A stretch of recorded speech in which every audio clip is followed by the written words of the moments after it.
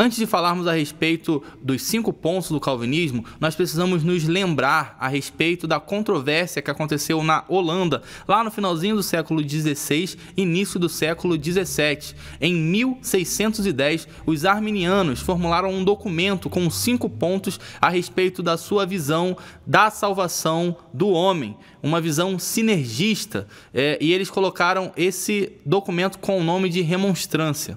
Já os calvinistas, em 1618, se reuniram no Sínodo de Dort e fizeram uma resposta ao documento dos arminianos, a Remonstrância. E a esses documentos eles deram o nome de Cânones de Dort. E nesse sínodo saiu o que nós conhecemos hoje como 5 pontos do calvinismo: a depravação total, a eleição incondicional, a expiação limitada, a graça irresistível e a perseverança dos santos. É importante nos lembrarmos que os 5 pontos do calvinismo não apresentam a teologia calvinista em sua profundidade e totalidade. Eles são apenas uma sistematização simples a respeito da ação de Deus na salvação do homem. E agora nós vamos falar a respeito dos 5 pontos, ponto por ponto.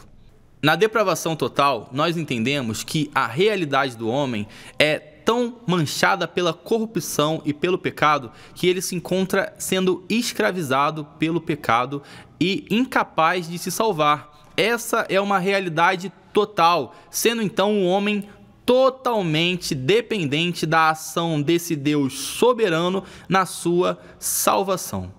Na eleição incondicional, nós acreditamos que Deus, antes da fundação do mundo, por um ato da sua livre graça, por meio de Cristo Jesus, nos escolheu. Ele não olha para o ser humano e busca no ser humano uma condição, mas através da sua soberana vontade, ele nos predestina para a salvação.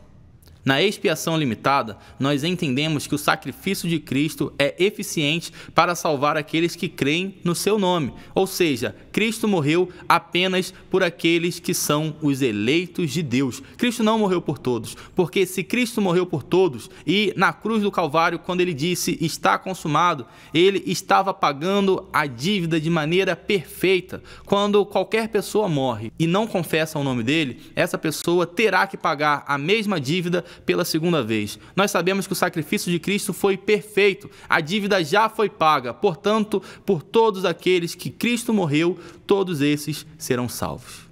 Na graça irresistível, nós entendemos que a resistência que o homem tem contra Deus por conta do pecado é vencida pela ação de Deus mediante a vontade de Deus no tempo determinado por Deus naqueles que são eleitos desde antes da fundação do mundo, e aí eles se convertem.